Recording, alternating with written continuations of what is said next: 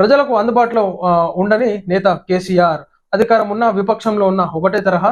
ఇక ముందు ప్రజలను నమ్మించడం సాధ్యం కాదు. కేసీఆర్ తీరుపై సర్వత్రా విమర్శలకు ఇదే కారణం. కేసీఆర్ సామాన్యులకు అందుబాటులో ఉండడన్న విషయం అధికారంలో ఉన్నప్పుడే అందరికీ తెలుసు. అలాగే అధికారం కోల్పోయినా అలాగే వివరిస్తున్నారు. ఉద్యమ సమయంలో కూడా అదే ధోరణి కనబర్చారు. ఆయన నేరుగా ప్రజలను కలుసుకునే వీలు లేకుండా తన వైఖరిని దృఢపరుచుకున్నారు. అందుకే ప్రజలు ఆయనను కలవడానికి అవకాశం లేదు. ఫామ్ హౌస్ల కాడికి పోతే ఎమ్మెల్యేలు పోయినా మంత్రులు పోయినా కానీ ఎరవెల్లి ఫామ్ హౌస్ గేట్ల నుంచి గేట్ కాడికి ఎలగొట్టేది.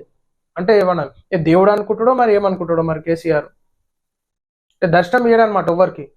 అందుకే ప్రజలే ఇక నీ దర్శనం మాకు అవసరం లేదని చెప్పి ఎలగొట్టారు. మంచిగా కేసీఆర్ కాక. సో ఈ విషయం చూసుకుంటే ఆనాడు కేసీఆర్ ఇది తెలంగాణ ప్రత్యేక రాష్ట్రం కావాలని చెప్పేసి ప్రతి ఒక్కరిని మొత్తం ఆయన ఇంట్లోనే ఉంటాడు కానీ మొత్తం ఏదో ఇక గత్తర్ లేపి ఊదిపోగేసి లేపుతుండే.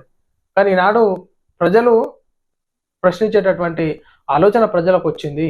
ఈనాడు మంత్రులు ఎమ్మెల్యేలు ఉన్నటువంటి జిల్లాల వారిగా సమస్యలు తీసుకొని పోతే వాళ్ళని రానిచ్చేటోడే కాదు, తగిన బుద్ధి చెప్పారు. నీకు మేము అవసరం లేనప్పుడు మాకు కూడా నువ్వు అవసరం లేదు. నేతలతో చర్చించకుండా బలమైన నేతగా ఎక్కువ కాలం మనలేరని కూడా రుజువు చేసుకున్నారు. గత 10 ఏళ్ల గత 10 ఏళ్ల ఆయన పాలనలో తనకు తానుగా నిర్మించుకున్న ఇనుప గోడల కారణంగా ప్రజలు అవసరాలను గుర్తించలేకపోయారు. సమస్యలను ప్రస్తావిస్తే దాటవేతలు లేదా విమర్శలు ఎక్కువయ్యాయి. తెలంగాణ ఏర్పడ్డది పార్టీలను విమర్శించాల్సిన అవసరం ఏర్పడేది కాదు.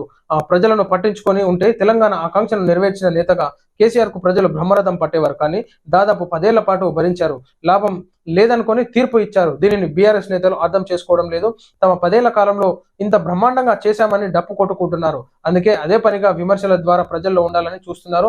వీరు గతంలోనే ప్రజలకు దగ్గరగా ఉంటే ఆ పార్టీని ప్రజలు విస్మరించేవారు కాదు. ఇది వాస్తవం. మరి ప్రజలందరూ ఆలోచించరు. ఈనాడు తెలంగాణ రాష్ట్రంలో బీఆర్ఎస్ గ్యారేజ్లకు పోయిందంటే ఈనాడు కేసీఆర్ చేసుకున్నటువంటి ఆయన పనుల వల్లనే ఈనాడు ప్రజలు పక్కకు పెట్టి ఊసబెట్టిరు, రెస్ట్ తీసుకోమంటారు.